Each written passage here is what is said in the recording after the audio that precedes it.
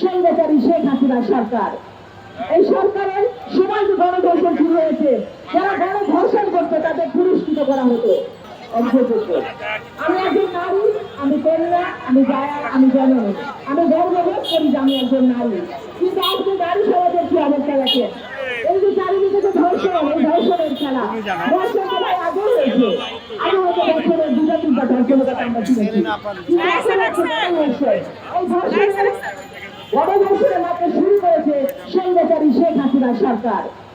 এই সরকারের সময় যে গণধর্ষণ শুরু হয়েছে, যারা গণধর্ষণ করতো তাদের পুরস্কৃত করা হতো, অথচ তাদেরকে যখন পুরস্কৃত না করে ফাঁসির কাছে ঝুলিয়ে রাখা হতো, তাহলে কিন্তু আজকে ধর্ষণের সরকার যেত না। এই অবৈধ শেখ হাসিনার শাসনা বলে একজন 80 বছরের বৃদ্ধা থেকে শুরু করে একজন 3-4 বছরের শিশু পর্যন্ত ধর্ষণের শিকার হয়েছে, যেটা অতীতে কখনো ছিল না। এটা হয়েছে আর গাড়িতে বৈষম্যের শিকার তার প্রত্যক্ষ প্রমাণ আমাদের দেশ নেত্রী বেগম খালেদা জিয়া। খালেদা জিয়া যে তিন করে বৈষম্যের স্বীকার করে মৃত্যু যন্ত্রণায় তিন করে কারাগারে পাঠিয়ে তাকে তাদের হাউস করে রাখা হয়েছিল। তাকে বিদেশের চিকিৎসা পর্যন্ত করতে দেওয়া হয় নাই। এই দেশ নেত্রী বেগম খালেদা জিয়াকে তিনি হল দেশের সাবেক 3-3বারের প্রধানমন্ত্রী। তিনি দেশ নেত্রী বেগম খালেদা জিয়া জীবনের কোনো নির্বাচনে পরাজিত হননি। তিনি একজন সাবেক রাষ্ট্রপ্রধানের স্ত্রী। তিনি আমাদের দেশ বরণের নেতা তারেক রহমানের মা, আপসী নেত্রী। যিনি তার এই আপসী ভূমিকার জন্য তিনি তার সন্তানকে হারিয়েছেন, স্বামী হারিয়েছেন।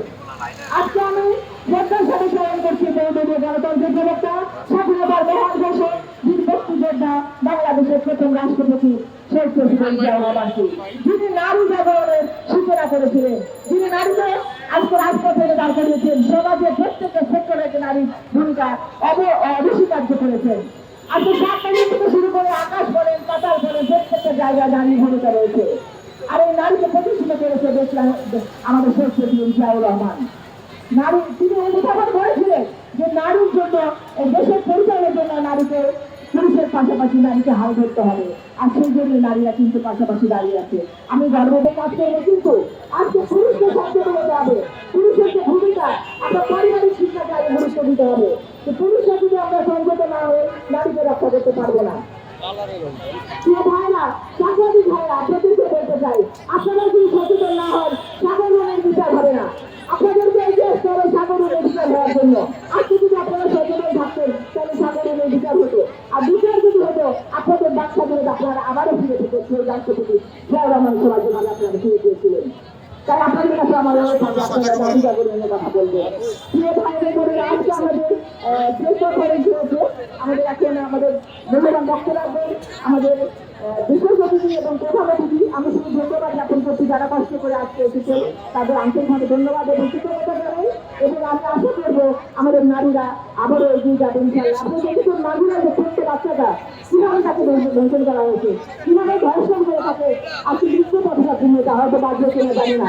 তো এই যে প্রাকৃতিক নির্যাতন, এটা কুলকুল করে বেড়ে যাচ্ছে, এটা ঘরে ঘরে পরিবেশ করা হবে। আমি মনে করি মাগুরার যে ধর্ষক তাকে ফাঁসি করছে, জনসমক্ষে ঝুলিয়ে রাখা হোক, তাহলে অন্তত দেশের মানুষ বুঝতে পারবে এই সরকার কিছু না হলে কাজ করছে ধর্ষকদের জন্য। তো আমি আন্তরিক অনুরোধ করবো এই সরকারের কাছে যে অন্তত এই ধর্ষককে তাদের বিচার কাজ তুলে ধরা হোক।